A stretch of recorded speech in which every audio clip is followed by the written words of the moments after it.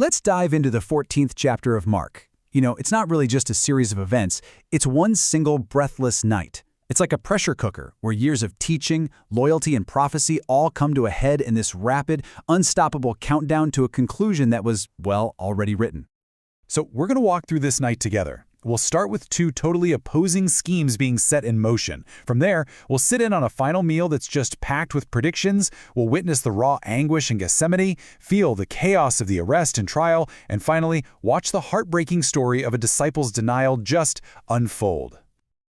This timeline really lays out the rapid descent of the evening. Just look at the progression. It starts with the intimacy of a shared meal and then quickly spirals into the profound anguish of a private prayer.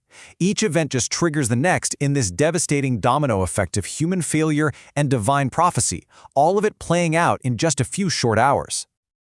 Okay, so as the clock starts ticking on this night, two very different plans are hatched pretty much at the same time. While the religious leaders are scheming in the shadows, figuring out how to kill Jesus, a woman steps right into the light to perform an act of just profound devotion. Look at this contrast. It's just incredible. On one side, you have this woman performing an act of selfless devotion, pouring this unbelievably valuable perfume on Jesus' head, an act he calls a beautiful thing. And on the other side, at almost the exact same time, one of his own inner circle, Judas, is arranging a cold, calculated betrayal for cash. It's this powerful, jarring collision of selfless love and selfish gain. And to really get the scale of her gesture, you have to understand the value here. Some of the disciples actually called it a waste, and they estimated the perfume was worth more than 300 denarii. To put that into perspective, that's more than a year's wages for a typical worker back then. But where they saw financial loss, Jesus saw something else entirely, an act of preparation for what he knew was just around the corner. And now the scene shifts to the upper room. This is the Passover, a sacred Jewish tradition just steeped in history and meaning. But Jesus is about to infuse this ancient ritual with a completely new significance. Every single word from this point on is basically a prophecy, a final, urgent briefing for his followers. Can you just imagine the atmosphere in that room? It goes from a celebratory meal to a scene of intense anxiety in a heartbeat. He doesn't just say someone will betray him, he says it's one who's eating with me. The threat isn't outside the gates, it's right there at the table, dipping bread in the very same bowl, chilling. And right in the middle of all this tension, Jesus does something monumental. He takes the traditional Passover elements, the bread and the wine, and gives them this radical new meaning. The broken bread is now his body, the shared cup is his blood. By calling it the blood of the covenant, he's signaling a fundamental shift, a whole new agreement between God and humanity, one that's going to be sealed not with an animal sacrifice, but with his own life. Just when the disciples probably think the shocks are over for the night, Jesus turns to his most outspoken follower, Peter, who has literally just declared his undying loyalty. And then he drops this bombshell. Not just a denial, but a super specific threefold denial, timed to the crowing of a rooster. Of course, Peter insists, no way, that will never happen. But the prophecy is out there. So from that tense supper, they move to the quiet of an olive grove called Gethsemane. And here, the focus shifts from the group to Jesus' own deeply personal internal struggle.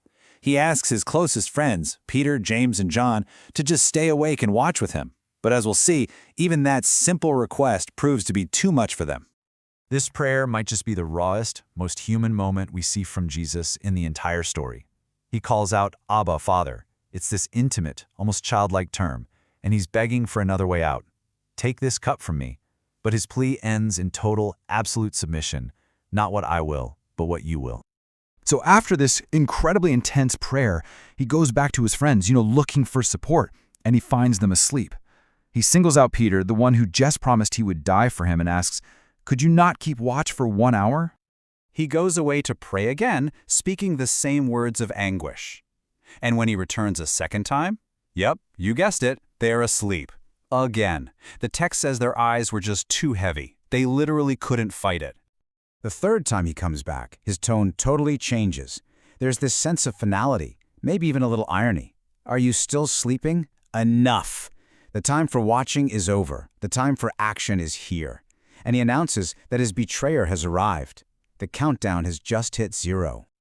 This one line, wow, it perfectly captures the failure in the garden. Jesus says it to them, and it's not just a rebuke, it's also an explanation.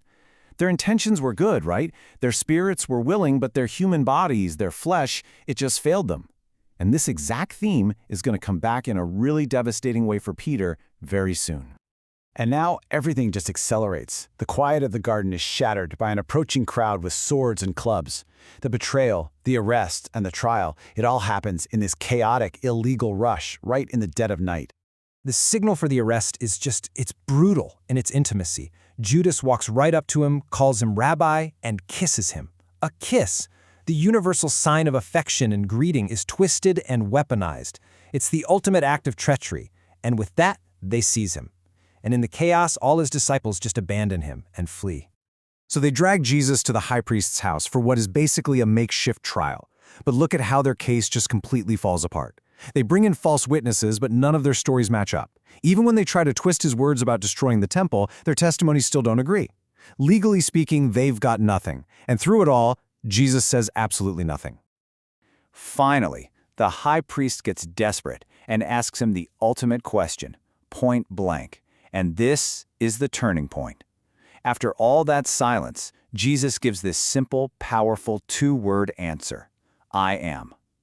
For the council, that's all they need. They immediately call it blasphemy and condemn him to death, right there on the spot. So while this sham trial is happening inside, this whole other drama is unfolding just outside in the courtyard. Peter, who had followed at a distance, is about to face his own kind of trial by fire, and the prophecy Jesus made just hours before is about to come true in the worst way. Just watch how this builds. First, a servant girl recognizes him, and he just plays dumb. I don't know what you're talking about. Then, when she points him out again, he denies it a second time. Finally, the crowd confronts him, saying his Galilean accent gives him away. And this time, his fear completely takes over. He just cracks, and he starts swearing an oath that he doesn't even know the man. And then it happens. Right at that moment, the sound that Jesus predicted cuts through the air. The rooster crows for the second time. It's the literal sound of prophecy being fulfilled, and it's the alarm bell for Peter's memory. And in that instant, the sound of that rooster makes it all just come crashing down on him. He remembers Jesus' exact words, his own bold promise, his 3 panic denials, the prophecy. It all aligns with this devastating, gut-wrenching clarity, and all he can do is break down and weep. So we're left with this question. After a single night of betrayal, abandonment, and just heartbreaking failure, how did this collision of prophecy and profound human weakness somehow set the stage for an event that would alter the entire course of history?